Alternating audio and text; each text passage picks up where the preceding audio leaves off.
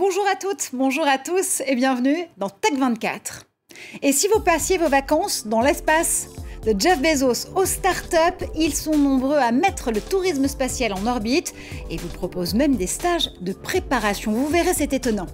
Et dans Test 24, démo d'une pile à base de papier, de glucose et d'enzymes, une création du grenoblois BFC qui pourrait bien changer l'électronique à l'avenir.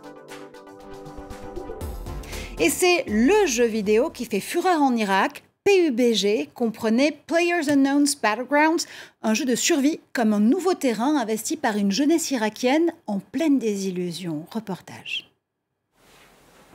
Les yeux rivés sur leur écran de smartphone, Elmet et ses amis sont en pleine bataille virtuelle. Et cela peut durer des heures. Comme de nombreux jeunes de leur âge, la bande est mordue de PUBG, un jeu de survie multijoueur gratuit qui fait fureur chez les moins de 25 ans en Irak. J'ai commencé à jouer il y a plusieurs années, mais notre accès à Internet est faible par rapport à d'autres pays. Les équipes contre lesquelles nous sommes en compétition ont un meilleur accès. En Irak, les foyers doivent en effet se contenter de quelques heures d'électricité par jour. La 4G n'est-elle déployée que depuis quelques mois. Pourtant, la population est connectée. Aujourd'hui, la moitié des Irakiens, soit près de 20 millions de personnes, a un téléphone portable et 75% d'entre eux utilisent Internet. Alors Haider Jafar en est convaincu, il y a un énorme potentiel à exploiter, notamment autour du jeu mobile.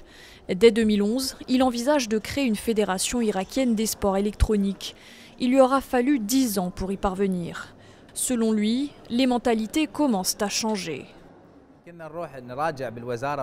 Quand nous allions au ministère des Sports et que nous leur parlions de sports électroniques, ils ne comprenaient pas. Mais après avoir vu le nombre de personnes jouant à des jeux sur leur téléphone, ils ont commencé à prendre cela au sérieux. Lorsqu'ils ont vu le nombre d'abonnés sur YouTube et les millions de vues, ils se sont dit que cela valait la peine d'investir.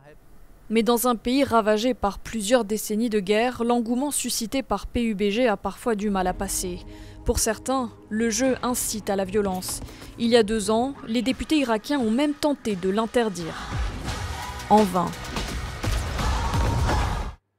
2021 sonne comme l'an 1 du tourisme spatial. Alors pour certains, c'est devenu un rêve, devenu réalité. Pour d'autres, c'est un exploit scientifique et commercial, mais surtout, c'est un marché qui pourrait représenter 8 milliards d'euros d'ici 2030.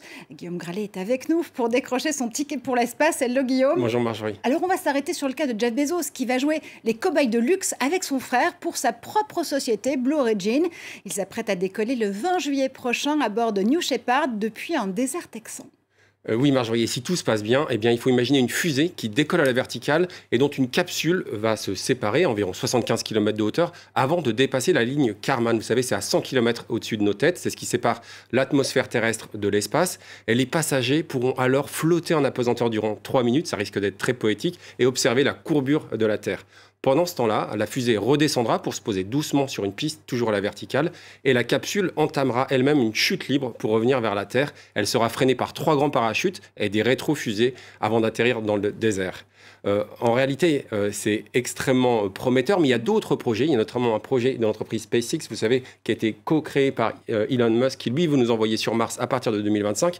Alors là, on ne va pas aller aussi loin, on va aller au-dessus de 350 km au-dessus de nos têtes, et ça sera le 4e trimestre de cette année, où 2 hommes et 2 femmes pourront embarquer pour 4 jours d'un vol d'un nouveau type. À suivre également les vols de Virgin Galactic et la création, il faudra attendre 2024, d'un hôtel juste à côté de la Station spatiale internationale qui est la volonté de Axiom Space qui s'appuie sur les travaux notamment du designer Philippe Stark pour dessiner des chambres d'un nouveau type. Alors j'ai encore un peu de temps pour réserver ma place à l'hôtel juste à côté de l'ISS dans l'espace, mais si j'ai envie de partir cet été, je fais comment? Je casse mon PEL, ça coûte combien? Ça coûte un peu cher Marjorie, il va falloir casser votre tirelire. Il faut compter entre 200 et 250 000 $ par siège pour les vols Virgin Galactic qui commenceront donc l'année prochaine.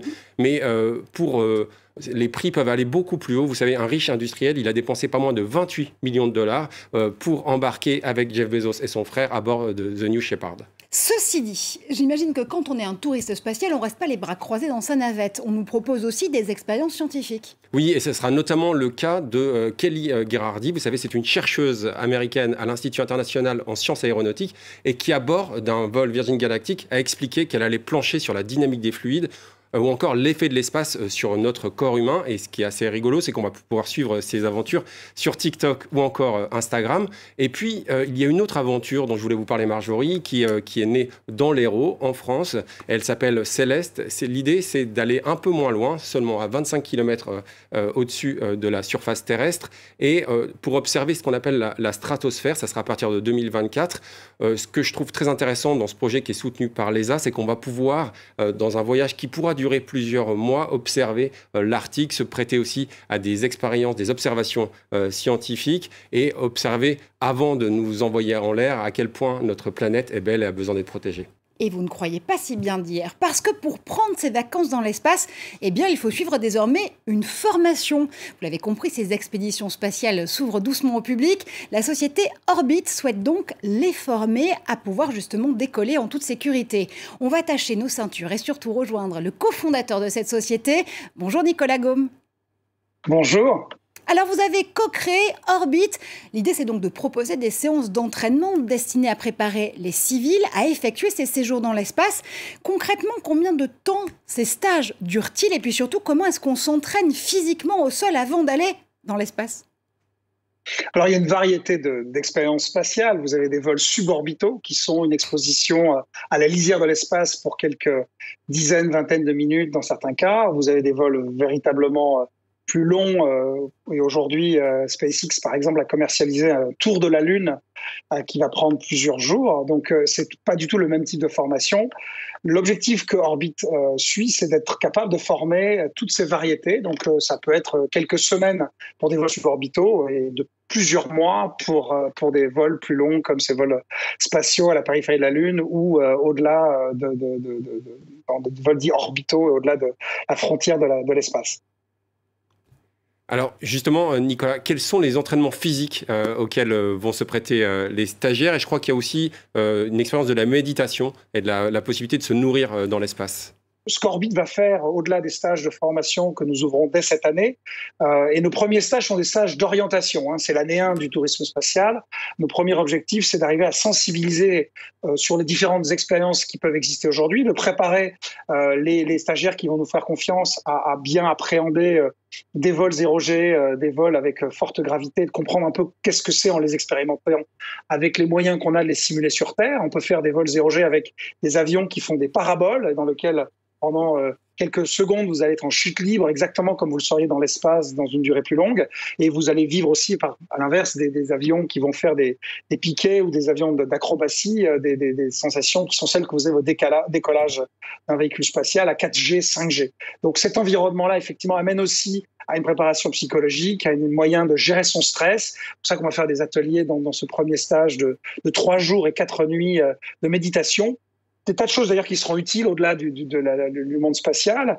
Et on veut faire ça dans un environnement aussi qui est très particulier, puisqu'on veut le faire vraiment dans un niveau de service et d'expérience qui soit très, très abouti. C'est-à-dire qu'on s'aperçoit aussi que beaucoup de ce qui peut exister aujourd'hui comme préparation est très technique, très parfois militaire. Nous, on pense que c'est important pour le futur de ces opportunités de vol de créer un environnement de qualité 5 étoiles luxe pour y arriver avec beaucoup plus de plaisir et d'efficacité.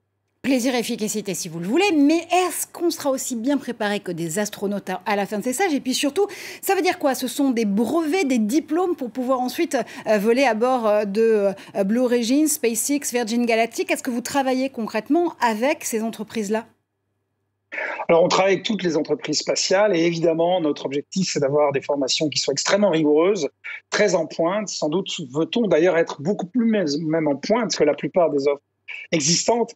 Nous pensons que plus ce marché va se structurer, encore une fois, on est l'année 1 des décollages ouverts au public, même si ça coûte encore beaucoup d'argent, ça va se démocratiser. Et notre sentiment, c'est qu'il y a tellement à faire dans le vol lui-même et dans le développement spatial que des entreprises comme celles que vous citez auront intérêt à travailler avec des entreprises comme la nôtre qui vont se spécialiser exclusivement sur la formation. Donc il faut que j'ajoute combien sur mon ticket dans l'espace pour pouvoir faire ce stage de préparation ?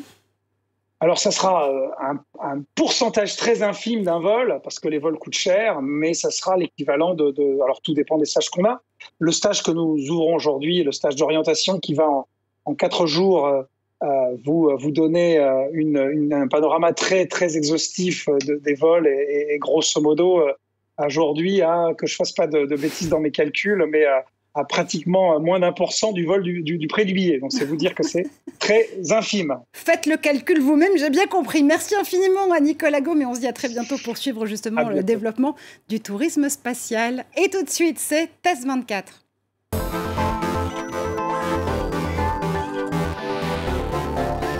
Et cette semaine, on joue en quelque sorte à pierre, papier, ciseaux, batterie surtout dans TES 24, puisque la start-up grenobloise BFC a créé la sensation, c'était il y a quelques mois à peine au CES, eh bien leur produit est déjà en plateau dans TES 24, c'est donc une batterie, une pile à partir de papier. Oui, à partir de papier et d'enzymes, vous l'avez dit Marjorie. Alors, elle a l'apparence d'un microprocesseur. En réalité, on ne va pas s'appuyer ici sur des circuits électroniques qui vont reposer sur du plastique ou du métal, mais il y a bien des circuits électriques, mais qui vont s'appuyer sur plusieurs couches de papier carbone et cellulosique. Les cellules qui sont contenues dans le papier sont ensuite capables de produire de l'électricité, mais ici, on est à de l'électricité à basse puissance qui va être très utile, par exemple, pour des textiles connectés. On voit de plus en plus de t-shirts qui peuvent être utiles pour des sportifs de haut niveau, par exemple, ou encore pour des applications médicales, c'est-à-dire envoyer des signaux en continu lorsque le patient, bien sûr, est d'accord, en accord avec son médecin, par exemple. Donc, on a une utilisation très, très intéressante, je trouve, et bien sûr, qui respecte la nature, alors que les produits électroniques se multiplient dans notre quotidien. Merci infiniment, Guillaume, pour toutes ces infos. Vous l'avez compris, c'est la fin de cette émission. On se retrouve très vite en plateau dans TES 24.